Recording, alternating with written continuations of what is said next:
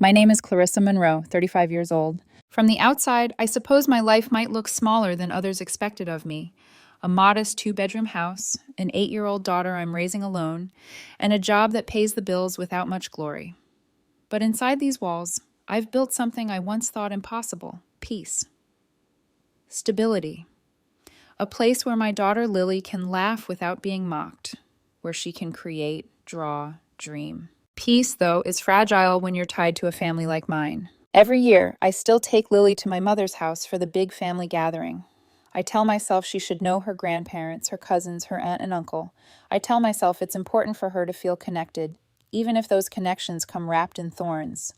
Deep down, I always sense I'm lying, not to her, but to myself. This year, the drive to my mother's suburban colonial took 45 minutes.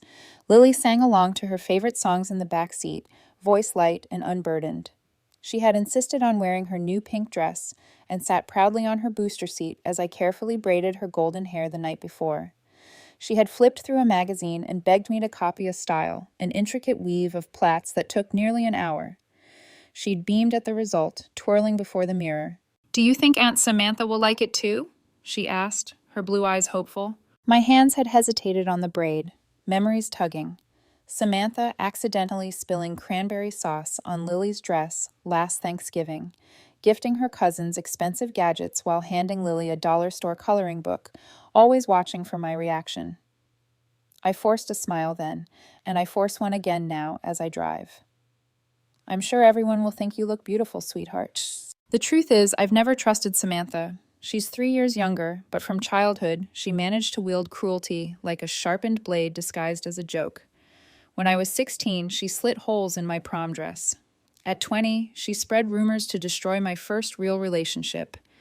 At my wedding, she spilled wine across my gown with a smirk, and each time my mother brushed it aside. "You're overreacting. She's just playing around. You know she loves you." Love. That word has always sounded like poison when it came from my mother's lips. As Lily and I pull into the long driveway, balloons tied to the mailbox flap in the wind. A banner hangs across the door. "Family gathering. Welcome." I squeeze the steering wheel harder than I should. My stomach knots. "Grandpa," Lily squeals, spotting my father, Thomas, by the grill in the backyard. For all his passivity, he lights up when he sees her. He abandons his tongs to scoop her up, kissing her cheek. "There's my butterfly. Look at that hair. Your mom outdid herself." "It took a whole hour," Lily boasts, twirling. "Well worth it. You look like a princess." He gives me a side hug, smelling faintly of charcoal and aftershave. "Good to see you, Clarissa. Your mom's inside with the appetizers." Inside, the kitchen is buzzing. My mother, Margaret, still clings to the same bottle blonde hair she's had for 30 years. She turns when I enter, smile stretched thin. "There you are. I thought you weren't coming." "It's 12:15, Mom. You said noon," I answer, leaning to kiss her cheek. "Well, Samantha texted she's running late. Derek had a work call. Typical." She adjusts her floral apron. "Is Lily with you?" "She's with Zach and Abby. They're doing so well. Zach's advanced math program, Abby's regional gymnastics medal. Did Samantha tell you?" Her voice lifts, pride unmistakable. Not once does she ask about Lily's ballet recital or her perfect reading scores. I nod, familiar with this dance. "Clarissa, you look wonderful." Aunt Patricia appears, balancing a tray of lemonade. Her embrace is genuine, her smile warm. She kneels to Lily, who offers her a handmade beaded bracelet. Patricia slips it on immediately. Magnificent. I'll never take it off. For a while, the gathering feels almost normal. Cousins laugh outside, uncles debate politics, aunts swap recipes. Lily darts through the backyard with her cousins, cheeks flushed. I sip lemonade beside Patricia, watching her. "Remember," I tell Lily quietly when she runs past me, "if anyone makes you uncomfortable, come find me right away." "Okay, Mommy, but I'm sure it'll be fun," she chirps, chasing after Zach. I wish I could believe her. At 1:30, the door bursts open and Samantha arrives like a storm front. Blonde highlights, designer jeans, perfume clouding the air. She kisses the air near my cheek. "Love the dress. Is it new?" Innocent words laced with venom. "Good to see you too," I reply evenly. Her husband Derek trails behind, holding a bakery box, his eyes tired. "Where can I put this cake?" "Give it here," Mom interrupts, reverent, "from that French place downtown. Cost a fortune, but Samantha insisted. Patricia mutters under her breath, same old, and I almost laugh. Soon, Lily bursts through the back door, excitement radiating. Mom, Zach wants to show me his new game upstairs. Can I go? Before I can answer, Samantha drapes a hand over Zach's shoulder. Yes, let the kids play. Abby, take Lily with you. Her gaze lingers on Lily's braids, eyes narrowing, smile too tight. My, what elaborate hair. Someone's trying very hard to be the center of attention. Lily designed them herself, I say evenly. I'm sure she did. Samantha's voice is syrupy, but I feel the thorn beneath. I hesitate, torn between my instincts and the weight of relatives' eyes. I don't want to appear paranoid. Go ahead, honey. Have fun. Lily beams, rushing upstairs with her cousins. Samantha watches her disappear, an unreadable expression flickering across her face. The knot in my stomach tightens. Something about today feels wrong. The chatter downstairs swelled as Samantha slipped seamlessly into the center of attention. That was her natural habitat. She didn't just enter a room, she claimed it. Relatives circled around, asking about her kids, her latest projects, her clothes. Derek trailed behind, quieter than usual, sipping a beer in the corner. I stayed with Aunt Patricia near the buffet table. She kept her voice low. She looks more tense than usual, doesn't she? I followed her gaze. Samantha's smile was wide, but her eyes flickered nervously, darting from one face to another. She laughed too loudly at trivial remarks, tossing her hair like she was trying to prove something. She always looks like that to me, I muttered. Patricia shook her head. No, there's something different, like she's covering something. Before I could respond, my mother joined us, practically glowing. Isn't Samantha radiant? She's been so busy. Big opportunities ahead. Didn't she just get promoted? One of my cousins asked. I watched my mother's smile stiffen for half a second before she replied. Yes, of course. She's indispensable at that firm. They'd be lost without her. Patricia and I exchanged a glance. I could practically hear the unspoken words. She's lying. I turned back to my drink, fighting the old familiar ache in my chest. It didn't matter how much Lily excelled in school, how much I held things together alone. Samantha was always the star. A burst of laughter from the staircase drew my attention. Samantha had gathered a small cluster of relatives there, showing something on her phone. They leaned in, giggling, whispering. I caught a word, clippers, but then her voice dropped when she noticed me looking. Unease prickled across my skin. Clippers? Trying to shake it off, I wandered outside to check on Lily. The backyard buzzed with kids playing tag, water guns splattering across flower beds. But Lily wasn't among them. She went upstairs with Zach and Abby, Thomas told me when I asked. He was flipping burgers, focused on the grill. Don't worry, they'll keep her entertained. I forced a smile, but my chest tightened. Entertained. That was Samantha's word too, whenever she crossed the line. Back inside, I noticed Derek leaning against the living room wall, staring out the window. His face was pale, almost guilty. When our eyes met, he quickly looked away, sipping his beer. Derek, I said, approaching. Everything okay? He jumped slightly, then forced a smile. Yeah, just tired. Long week. You sure? His hesitation was barely perceptible. Yeah, Samantha. She's just stressed. Don't mind her. Then he drifted off before I could ask more. Patricia intercepted me with a tray of dessert plates. Help me with these, will you? Distract yourself. I tried, but my mind wasn't on the dessert. It was on the quiet upstairs. Usually at these gatherings, the second floor thundered with kids, footsteps pounding, shouts, giggles, the occasional slammed door. Now there was almost nothing, just the faint hum of a video game. Clarissa, Patricia whispered as we set plates on the table. Did Samantha show you what she bought yesterday? Electric hair clippers. She told me she wanted to save money by cutting Derek's hair at home. My head snapped toward her. Hair clippers? Patricia nodded, frowning. Strange, considering she spends $200 on cakes without blinking. Never known her to be frugal. My stomach dropped. I remembered seeing something metallic sticking out of Samantha's oversized purse when she was rummaging for her phone earlier. I hadn't thought twice about it. Suddenly, Lily's braids flashed in my mind. The careful plaits, the pride in her eyes. Clarissa, you okay? You've gone pale, Patricia murmured. I'm fine, I lied automatically, but my pulse was racing. I just realized Lily's been upstairs a while. I'll go check. Good idea, Patricia said, her eyes sharp. Something about Samantha today feels off. As I moved toward the stairs, my cousin Rachel intercepted me. "Have you heard about Samantha's job?" she asked in a hushed voice. I blinked. "What job?" Rachel looked surprised. "You didn't know? She got fired last month. Misusing company funds or something. Mom told us not to bring it up." For a moment, the room spun. Fired. Misusing funds. That explained Derek's strained demeanor. Samantha had been bragging on social media just weeks ago about a big promotion. Lies.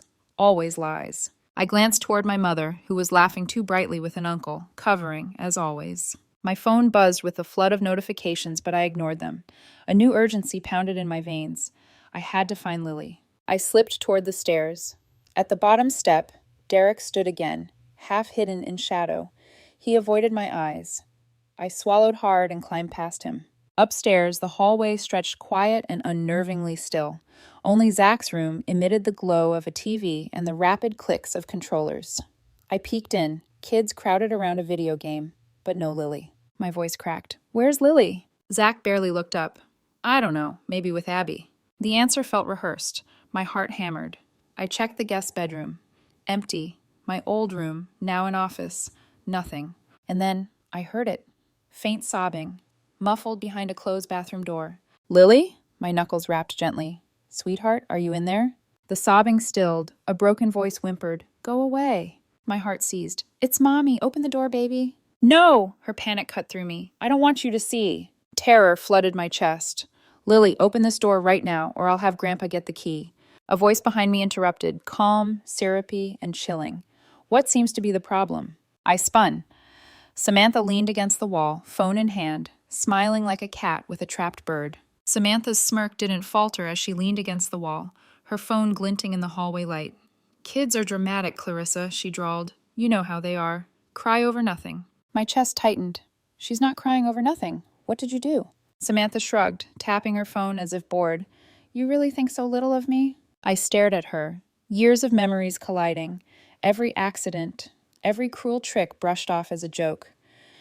"Yes," I said finally, my voice low. "I do." Her smile sharpened, but before she could respond, a door creaked open. Abby stepped hesitantly from Zach's room, eyes wide. She looked like she wanted to speak, but Samantha's gaze snapped to her like a whip.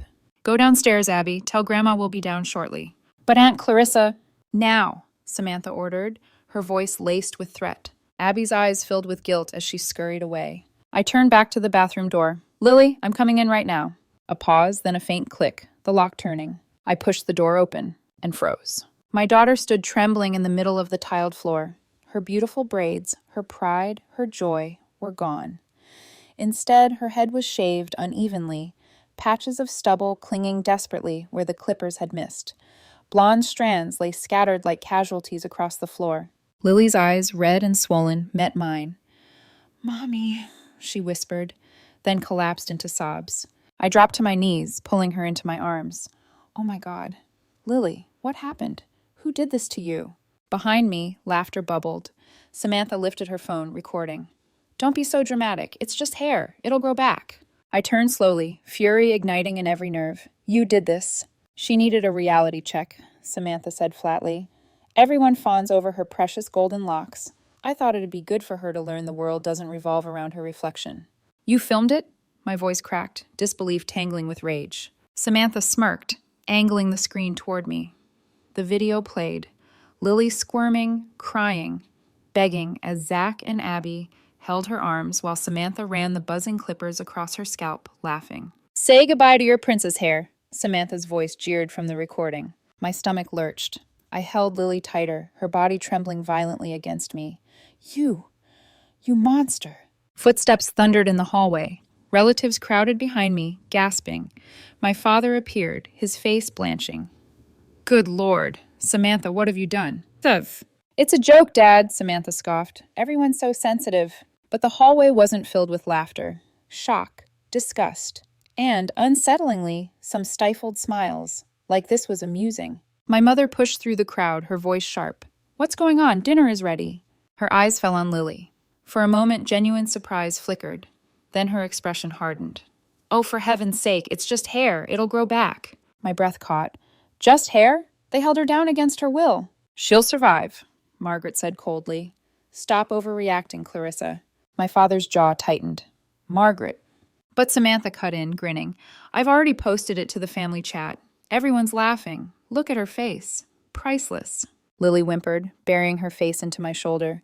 I wrapped her in a towel from the rack, shielding her from their stares. Give me the phone, I said, stepping forward, my voice shaking with rage. Samantha lifted it high, out of reach. Not a chance. This is gold. Maybe it'll go viral. Spoiled princess gets a reality check. You think this is funny? I hissed. You assaulted a child. My child. Samantha's smile faltered, just for a second, but she quickly masked it with a sneer. You're always so righteous. Saint Clarissa, the perfect one. Maybe now people will finally stop worshiping your precious little girl. My chest constricted. That was it. I saw it clear as day. The envy in her eyes. The bitterness etched deep. This wasn't about Lily's hair. It was about years of jealousy, festering until she unleashed it on someone defenseless. You're pathetic, I whispered. Samantha lunged forward, thrusting the phone inches from my face, the video looping again. Lily screaming. Abby whispering, maybe we should stop. Samantha laughing louder. My stomach turned. Delete it, I said. Make me, she taunted. The hallway buzzed with whispers, cousins exchanging uneasy glances. Uncle Bill muttered, this is too far. But no one moved. No one stepped in. Except Aunt Patricia. She shoved past the others, her face pale. Oh my God, Lily! Her hand hovered over my daughter's trembling back. You poor, sweet child. Samantha rolled her eyes. It's hair. Everyone needs to calm down. The words echoed like poison. My rage boiled over, burning through every ounce of restraint. I handed Lily carefully into Patricia's arms, then turned back to Samantha, and I slapped her. The crack echoed down the hallway. Samantha's phone flew from her hand, clattering to the floor. She stumbled back, stunned, her hand flying to her cheek. The silence was deafening. You crazy bitch, she gasped, eyes wide. I stooped, snatched her phone, thumbed through, and deleted the video. Then I tossed it back at her. You can't delete it, she sneered quickly, recovering. Already saved to the cloud. Then enjoy explaining to the police how you uploaded evidence of yourself assaulting a minor, I snapped. My mother rushed to Samantha, clutching her arm like she was the victim. How dare you strike your sister in my house?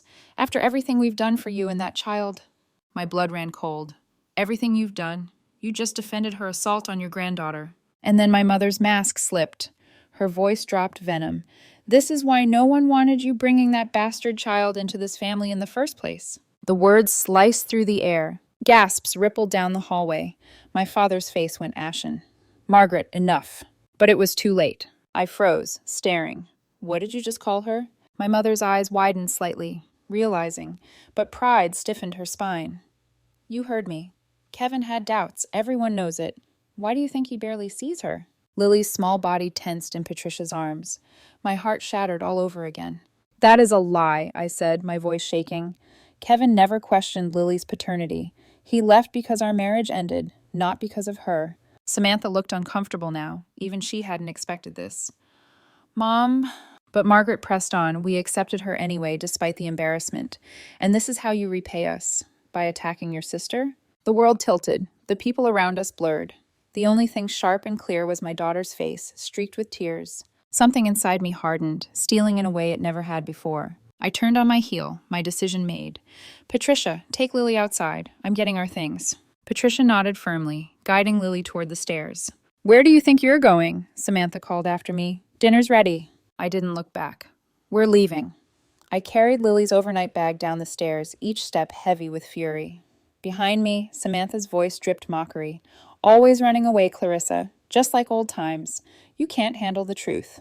Truth, the word curdled in my ears. At the bottom of the stairs, I stopped. My mother stood blocking the front door, arms folded, her face tight with rage. You're not leaving, she declared. This is family business, and we will resolve it at this table like civilized people. I stared at her in disbelief. Civilized? You let your daughter assault a child and call it a joke. You insulted your granddaughter and smeared her parentage. And you want me to sit down and eat casserole? Her chin lifted. Yes, because that's what families do. We forgive, we move on. No, Mom, I said, my voice rising. What you do is enable. You excuse Samantha's cruelty again and again. But this time, she didn't ruin a dress or spill a drink. She violated a child. My child. Gasps circled the room. Some relatives whispered, shifting uneasily, while others stared at their plates as if silence could shield them. Aunt Patricia emerged from the hallway with Lily clinging to her side, a towel draped over her head. My daughter's eyes were red, her lips trembling, but she lifted her chin bravely when she saw me. Samantha strolled down behind them, her cheek still flushed from my slap. She snatched her phone off the coffee table, smirking. Video's already got 30 likes in the group chat. Everyone thinks it's hilarious. That was the last straw. Give me the phone, I demanded, stepping forward. She dangled it in the air. What's wrong, Clarissa? Afraid people will see your precious angel isn't perfect? Afraid they'll realize she's not even... I lunged. This time, she stumbled back, caught off guard by the sheer force of my rage. The phone clattered to the floor again. Uncle Bill bent quickly, picking it up before Samantha could. He studied the screen, his face paling. This isn't a prank. This is abuse. His voice cracked with disgust. She's terrified, Samantha, and you filmed it. A hush fell over the room. Samantha's confidence faltered for the first time. It's just hair. It's assault. I cut in, my voice trembling with conviction. She screamed. She begged. You ignored her. And the rest of you... I swept my gaze over the relatives staring wide-eyed. You stood by while cruelty was paraded as entertainment. Abby burst into tears, rushing to my side. I told her to stop, she sobbed. I told Aunt Samantha Lily was scared, but she said Lily needed to toughen up. My mother snapped, Enough dramatics, Abby. Go wash your face. But it was too late. The truth had cracked the facade. Thomas stepped forward, his voice weary but firm. Margaret, she's right. This went too far. I can't defend it. My mother spun on him, her fury redirected. You never defend me, always taking their side. What kind of father are you? The room dissolved into chaos. Cousins muttered. Uncles shifted uncomfortably. Aunts tried to hush children now crying from the tension. Through it all, Lily clung to my waist, trembling. I knelt to her level, brushing her damp cheeks. We're going home, baby. Right now. You don't ever have to come back here if you don't want to. Her small voice broke me. I don't ever want to. I gathered her close, my resolve solidifying like steel. Samantha's voice rose above the din. You're not better than me, Clarissa. You've always played the saint, but you're no saint. You're pathetic, hiding behind your daughter because you've got nothing else. No husband, no career worth bragging about, no life. Just her. And when she's gone, you'll be empty. The cruelty in her words cut sharper than knives, but I saw something else too. Desperation. She was unraveling. I straightened slowly, meeting her glare with ice. If protecting my daughter means I'm pathetic, then I'll wear that title proudly. Because unlike you, Samantha, I know what love is. And love doesn't look like cruelty. The silence that followed was suffocating.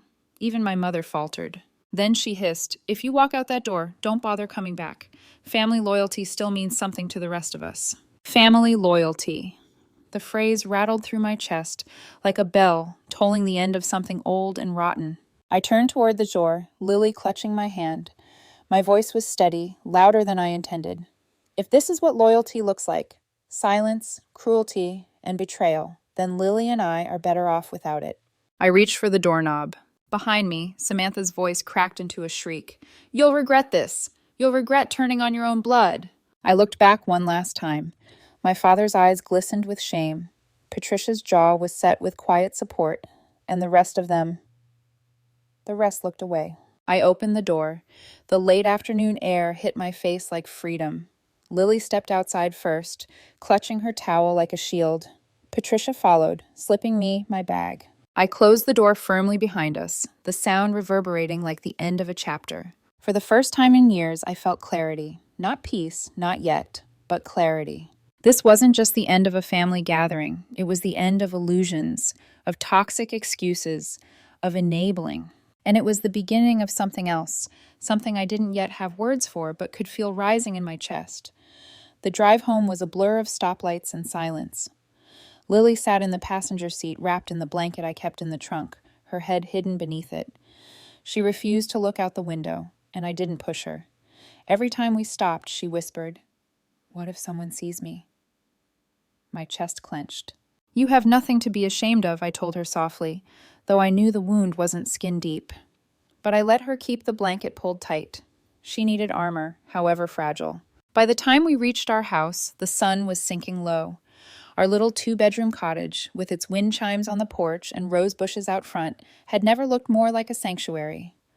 Lily bolted inside the moment I unlocked the door, racing to the bathroom. I followed, afraid of what she might do.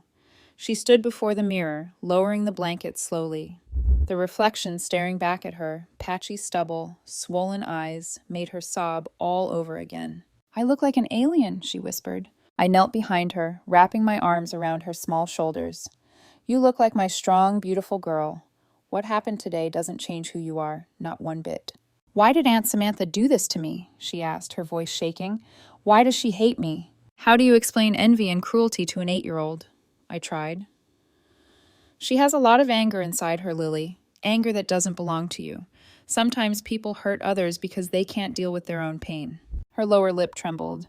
"Grandma called me a bad name. Bastard child." "What does that mean?" The rage I'd been burying flared hot. I wanted to scream, to smash something, but I forced calm into my voice. "It's a mean word. An ugly lie. It doesn't mean anything true about you. Grandma was wrong to say it, and she was cruel for even thinking it." Lily's small hands balled into fists. "Are we still family with them? Do I still have to call them Grandma and Grandpa?" "No." My answer was sharp, decisive. "Family isn't about blood. It's about love, and they showed you today they don't deserve that title." Her eyes widened, searching mine. "So, it can just be us?" "It is us," I said, holding her tightly, "and anyone who truly loves us. That's all the family we need." After settling her in bed with her favorite lavender bubble bath and pajamas, I retreated to the kitchen and made 3 phone calls.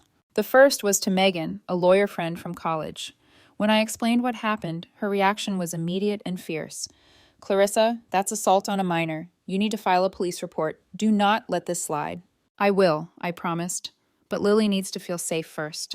The second was to Dr. Bennett, a child psychologist Lily had seen briefly after my divorce. "Bring her in first thing Monday," she urged. "Document everything, photos, written details, her own words if she can express them. This betrayal is traumatic, and it needs immediate support." The third call was the hardest. Kevin, my ex-husband, Lily's father. He lived in Seattle now, work pulling him far away, but he still called Lily weekly. When I told him what happened, his fury crackled through the phone. "I'm booking a flight," he said instantly. "They're never coming near her again, I swear it." When I returned to Lily's room, she was sitting up in bed, twisting the blanket between her fingers. "Can I sleep with you tonight?" "Of course," I whispered. That night, we curled together in my bed. My phone buzzed relentlessly on the nightstand. Messages from my mother, my father, even Samantha. But I shut it off. Tonight belonged to Lily. "Mommy," she whispered in the dark. "Yes, baby?" "What about school? Everyone will laugh at me." The ache in her voice nearly broke me. I kissed the top of her head. "We'll figure it out. Maybe you'll wear scarves for a while, or maybe you'll decide to rock your new look and show everyone how brave you are. Whatever you choose, I'll be right beside you." "I'm not brave," she whispered. "I cried, I screamed, I wanted to run away." "That is brave," I said softly. "Being brave doesn't mean you're never scared. It means you keep going, even when you are.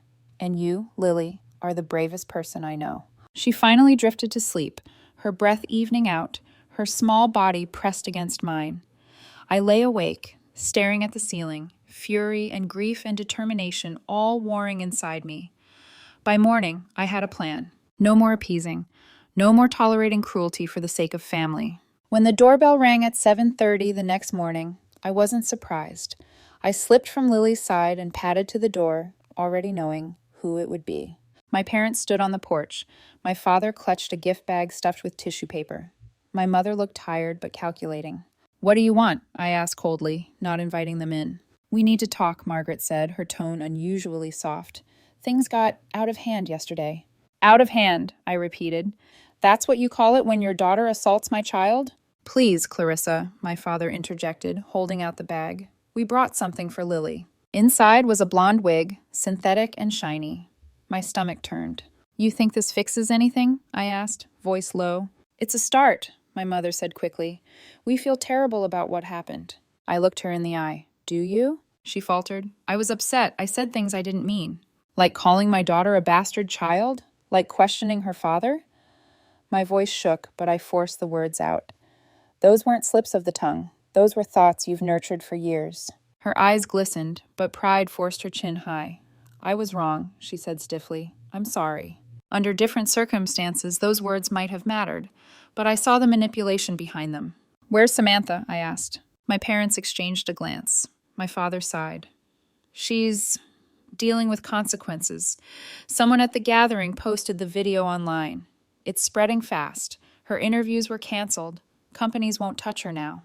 My mother's voice trembled. She's devastated. We came to ask if you could help. Make a statement. Say it was a misunderstanding. Save her career. I stared, stunned. You want me to protect the woman who assaulted my daughter? She's your sister, my mother pleaded. No, I said, each word cutting like glass. She's an abuser, and if you think I'll help her escape consequences, you're out of your mind. For the first time in years, I saw my mother falter, but she recovered quickly. Think of what this will do to our family. I am thinking of family, I said, my voice like steel. My daughter, the only family that matters. And I shut the door in their faces. The door clicked shut with a finality that reverberated through my chest. I leaned against it for a moment, palms flat, heart pounding. Through the wood, I heard my parents murmuring, voices tight and anxious. Then their footsteps retreated down the porch steps. When I turned, Lily was standing in the hallway in her pajamas, the blanket slipping from her shoulders. Her newly shaved head was bare in the soft morning light, her eyes wide and searching. Was that Grandma and Grandpa? She asked. Yes, I admitted, unwilling to lie. They brought you something, but I sent them away. Her gaze flicked to the unopened gift bag I'd left on the floor. What was it? A wig, I said quietly. Lily's small nose wrinkled. I don't want their presents. I just don't want to feel scared anymore. Her words cut through me like glass. I knelt, drawing her into my arms. You won't. Not ever again. I promise. For the first time since yesterday, she relaxed against me, her little body heavy with trust. And in that moment, I knew with certainty I couldn't waver, not this time. Monday morning came with grim determination. Lily wore her favorite lavender scarf to cover her head as we drove to the police station. She held my hand tightly, her palm sweaty in mine. Inside, the officer on duty listened with quiet seriousness as I explained what happened. He asked Lily gentle questions, recording her small, trembling voice as she recounted how her cousins pinned her down, how Aunt Samantha buzzed her hair while she screamed. She said it was funny, Lily whispered, her eyes downcast. The officer's jaw tightened. That's not funny, that's assault. You did the right thing telling us. He photographed her head from every angle, noting the uneven patches, the reddened skin where the clippers had scraped too close. Lily winced under the camera's flash, but she stayed still, brave in her own fragile way. When it was over, she whispered to me, Will Aunt Samantha go to jail? I squeezed her hand. I don't know, sweetheart, but there will be consequences. She won't get away with it. From there, we drove to Dr. Bennett's office. Lily had been hesitant at first, clutching my sleeve, but the familiar warmth of the waiting room slowly eased her. Dr. Bennett greeted her with a soft smile. That scarf looks beautiful, Lily. It brings out your eyes. For the first time in days, Lily managed a small smile. She disappeared into the office with Dr. Bennett, leaving me in the waiting room, my hands twisting anxiously in my lap. When they emerged nearly an hour later, Dr. Bennett beckoned me in. Lily settled in the corner with coloring pages while we spoke. She's deeply traumatized, Dr. Bennett said gently but firmly, being physically restrained, having her autonomy violated, being mocked and filmed. These are profound breaches of trust, especially because they were committed by family. Tears burned my eyes. How do I help her? You're already helping, Dr. Bennett assured me. You removed her from the toxic environment. You're holding the perpetrators accountable. And you're here. Now she needs consistency, time, and reassurance that she is safe and loved. Weekly sessions will help her process this. I nodded, swallowing hard. Whatever it takes. Back home that afternoon, my phone buzzed nonstop. Messages, missed calls, even voicemails from relatives I hadn't spoken to in years. I ignored them all, until Megan, my lawyer friend, called. I've been thinking about next steps, she said briskly. You filed the police report. Good. Now we need to file for a temporary restraining order against Samantha. That will legally bar her from contacting you or Lily. And my parents? I asked bitterly. Unless they make specific threats, we don't have grounds for legal action against them. But you have every right to cut contact. You're Lily's mother. You control who's in her life. Her words steadied me. For years, I'd let guilt tether me to my mother's demands. But guilt had no place here anymore. By Wednesday, Lily felt strong enough to return to school. She clutched my hand tighter than usual at drop-off, her scarf tied neatly around her head. Her best friend Zoe was waiting by the door, and my breath caught when I saw her hair. It had been buzzed short, just like Lily's. "Mom said I could," Zoe said proudly, "so you wouldn't feel alone." Lily's eyes filled with tears. She slowly untied her scarf, revealing her stubbled head. "We match," she whispered. The two girls clasped hands, walking into school together. For the first time since the nightmare began, hope flickered in my chest. But the world outside our safe cocoon was merciless. By Thursday, the video Samantha had gleefully posted at the gathering had gone viral. Someone had shared it beyond the family group chat. My phone lit up with links, headlines. "Cruel aunt shaves child's hair for a prank." Hashtags trended. Strangers across the internet condemned Samantha, dubbing her the haircut aunt from hell. The attention felt like both vindication and violation. Thousands of people saw Lily's pain, her terror immortalized on screen.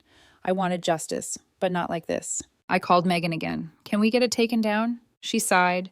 "We can send takedown notices to platforms, but once something's online, it spreads. It may never fully disappear." The thought made me sick. That evening, my phone rang again. Derek's voice, weary and heavy. "Clarissa, I moved out. I can't be married to her anymore." I sat down hard at the kitchen table. "I'm sorry. I know this must be painful." "Don't be sorry," he said firmly. "I should have stopped her. I knew she bought the clippers. She said they were for me, but I suspected. I stayed quiet, and I'll regret that forever. I gave a statement to the police.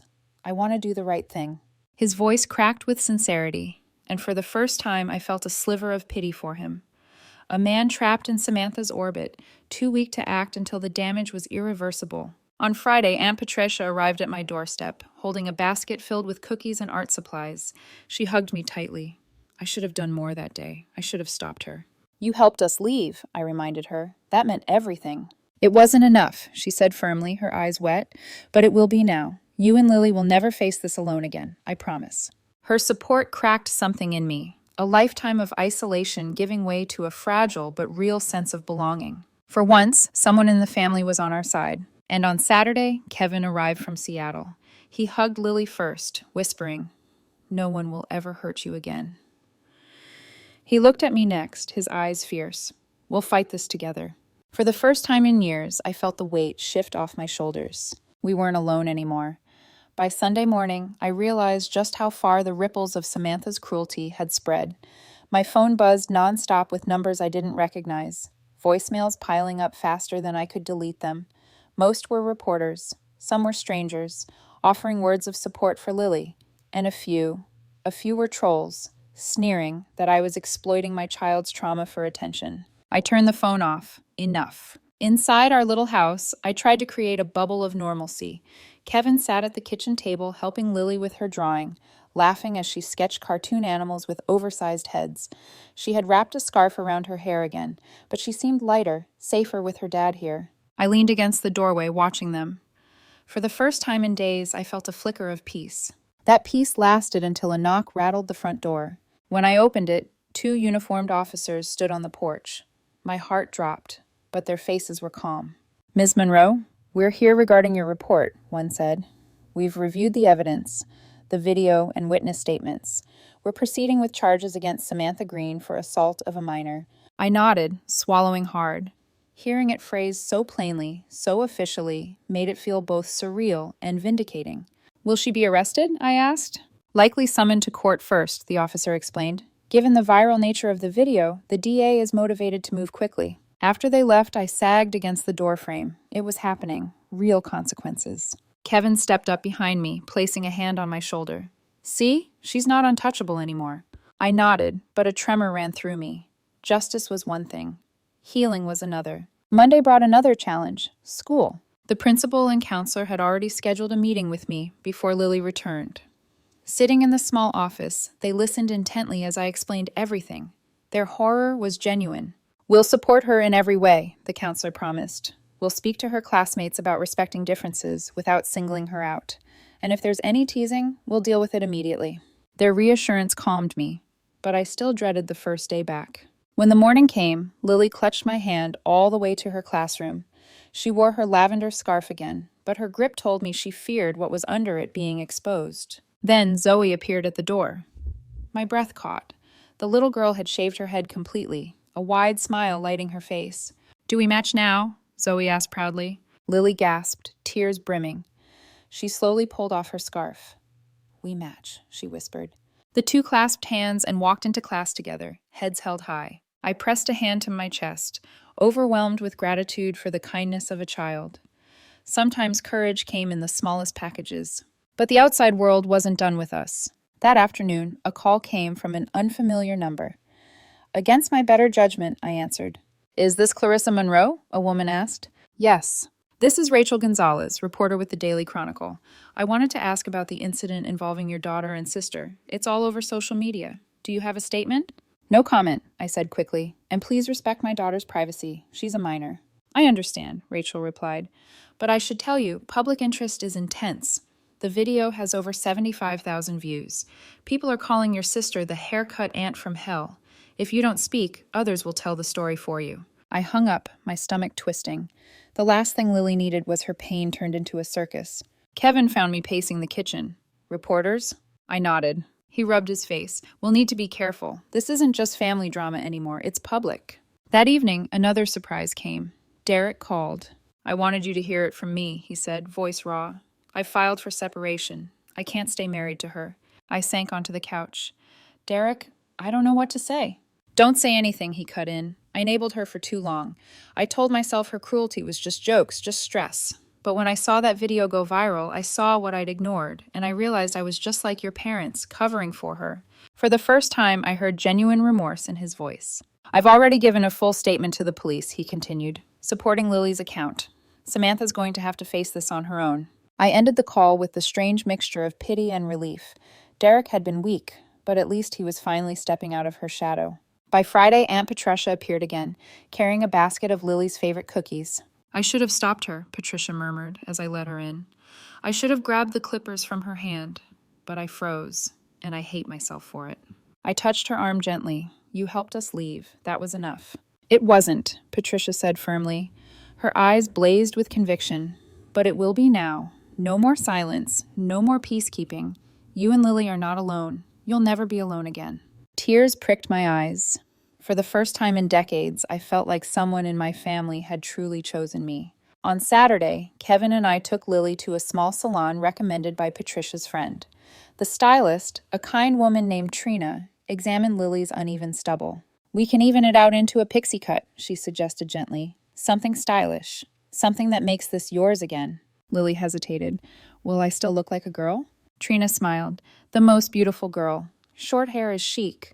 Lots of women choose it because it shows off their eyes, their smile, their confidence." She showed Lily photos of celebrities with pixie cuts. Lily's hands trembled slightly, but she nodded. "Okay, let's try." I held my breath as the clippers hummed again, this time in careful, loving hands. Within minutes, Lily's reflection shifted from victim to something else entirely. Strong, bold, her blue eyes sparkled in the mirror. "It feels nice," she said softly, running a hand across her scalp. "Like I can start over." Kevin kissed her forehead. "It's perfect for summer. And you look like a warrior." Lily giggled for the first time in days. And for that moment, I knew. We were building something new out of the wreckage. But that night, just as I was tucking Lily into bed, the phone rang again. It was my father. His voice was low, weary. "Clarissa, I need to talk to you. Not about Samantha. About me." I froze. "What about you?" There was a pause, then words I never expected. "I've been a coward. I let your mother's favoritism rule our home. I let Samantha bully you. And now I let them hurt Lily. I told myself I was keeping the peace, but I was just afraid. Afraid of your mother, afraid of conflict. I failed you, and I failed Lily." For a moment I couldn't breathe. My father, the silent man in the corner of every fight, was finally admitting the truth. "We're in counseling," he continued, "your mother and I. Together, separately.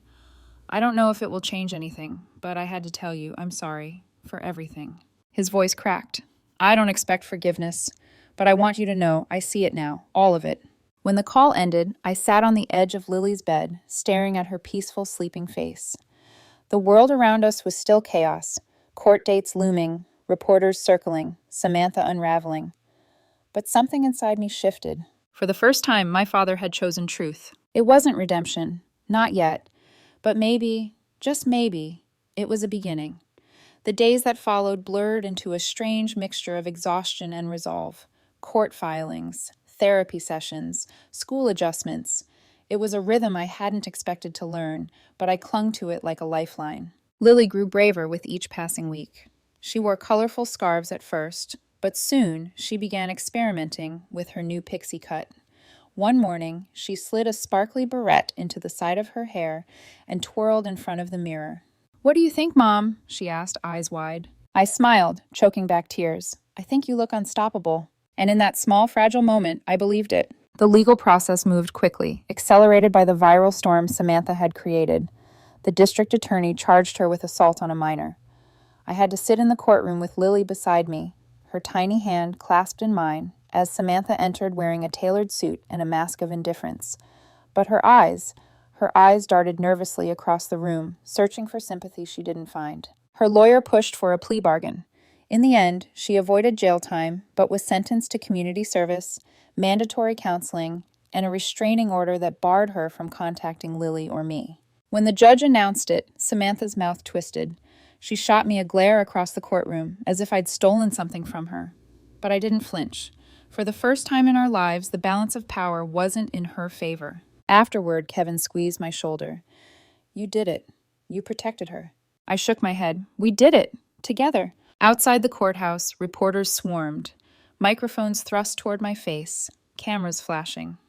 "Clarissa, do you forgive your sister? Do you believe family should reconcile?" I tightened my grip on Lily's hand. "My only responsibility is to my daughter's safety and healing, that's all I'll say." We pushed through this crowd, but the words hung heavy in the air. Forgiveness. Reconciliation. Words people loved to throw around when they weren't the ones bleeding. At home, healing took a different shape. Aunt Patricia became a constant presence, bringing casseroles, helping with school pickups, sitting at our kitchen table late into the evening with mugs of tea. She told Lily stories about me as a child, stories uncolored by my mother's bias, filled with warmth and pride. "Your mom once organized a talent show in the neighborhood," Patricia laughed one night. She sang her heart out even when Samantha tried to sabotage her with a prank microphone. Lily's eyes widened. "Mom, you sang?" I blushed. "Not very well." Lily giggled. "I wish I'd seen that." Moments like these stitched new threads into our lives, stronger than the ones we'd cut loose. Kevin also stepped up in ways I hadn't expected. He arranged his work schedule to visit more often, and when he couldn't, he called daily. Not just quick check-ins, long, patient conversations about Lily's drawings, her favorite books, her feelings. One evening, after Lily had gone to bed, Kevin lingered at the table. "I know I wasn't always present," he admitted. "I thought as long as I sent money and called, it was enough. But seeing what she went through, I can't stand the thought of her ever feeling abandoned." I studied him, the man I once loved but had grown apart from. "She needs both of us, not perfect, but consistent." He nodded, determination in his eyes. "Then that's what she'll have." Meanwhile, my father called once a week. He never excused, never begged for forgiveness. He simply showed up, bringing flowers, listening more than speaking, sitting with Lily as she showed him her art. He respected every boundary, and slowly, cautiously, I allowed him in. Margaret, however, remained entrenched. Her texts dripped with martyrdom. "It hurts so much to be cut off. Families should forgive. I'm the real victim here." I stopped replying. Dr. Monroe, my therapist, called it classic narcissistic projection. I called it poison. The greatest change, though, was in Lily herself. 2 months after the incident, she asked to give a presentation to her class. With her teacher's support, she spoke about bullying, resilience, and the right to say no, even to family. "Just because someone is related to you," she told her classmates, her voice steady, "doesn't mean they have the right to hurt you. And if they do, it's not tattling to tell. It's protecting yourself." I sat in the back of the classroom, tears streaming down my face as my daughter turned pain into strength. She was only 8, but her words carried more wisdom than most adults I knew. Summer arrived, bringing warmth and a sense of renewal. Instead of attending the annual family reunion at my parents' house, Lily and I created new traditions. Weekend trips to the lake, backyard movie nights under string lights, volunteering at the local animal shelter. Family is who treats you with love, Lily said one evening as we fed the dogs at the shelter, not who shares your blood. I kissed her forehead. Exactly right. On the night before Lily's 9th birthday, we sat together on the porch, writing invitations. She listed her school friends, Aunt Patricia, Kevin, even a few supportive cousins who had reached out quietly after everything exploded. She paused, chewing her pencil. Mom, do you think people can really change? The question caught me off guard. Sometimes, I said carefully, if they want to, if they're willing to do the hard work. Why do you ask? She looked down at her nearly grown-in pixie cut. I was wondering about Grandma and Aunt Samantha. Do you think they'll ever change? My throat tightened. Despite everything, despite the cruelty and betrayal, my daughter still wondered, still hoped. I don't know, I admitted honestly. Your aunt is in therapy now, which is a start. But real change takes time. Like Grandpa, he's trying, and that's worth something. Lily nodded thoughtfully. I'm not ready to see them, but maybe someday, if they really change. Her words startled me with their maturity. That's very wise, sweetheart, I said softly. And remember, you don't owe forgiveness to anyone who hasn't earned it. Dr. Bennett says forgiveness is for yourself, not the other person, Lily replied, but you still need boundaries. I smiled, pride swelling in my chest. Dr. Bennett is very smart. Later that night, after Lily drifted off to sleep, I sat alone on the porch, stars scattering the sky above me. My phone buzzed with a text from my father.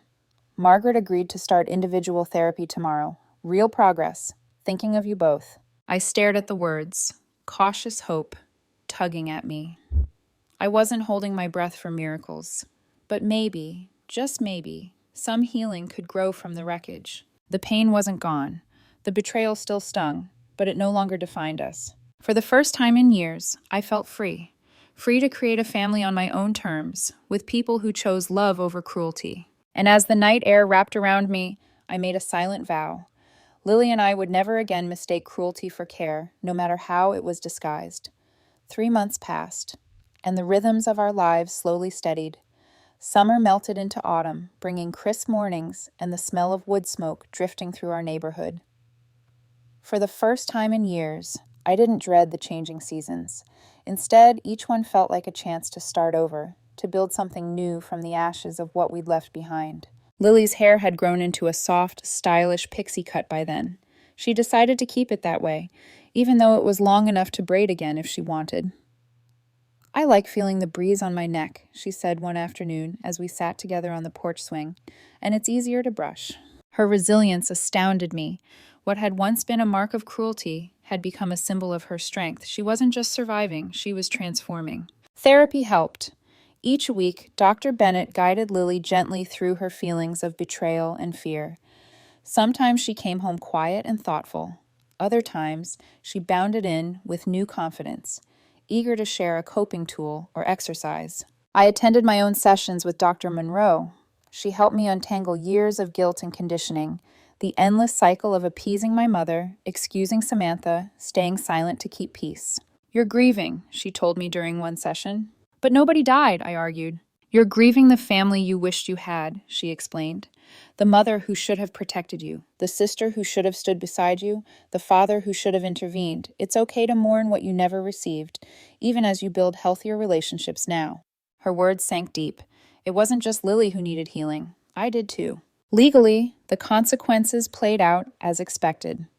Samantha completed her first 100 hours of community service under the unrelenting eye of the local press, her reputation shredded by the viral video she once bragged about.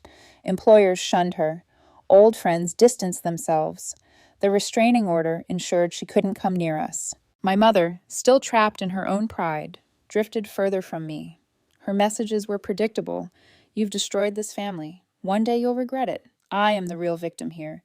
Your daughter will turn against you too.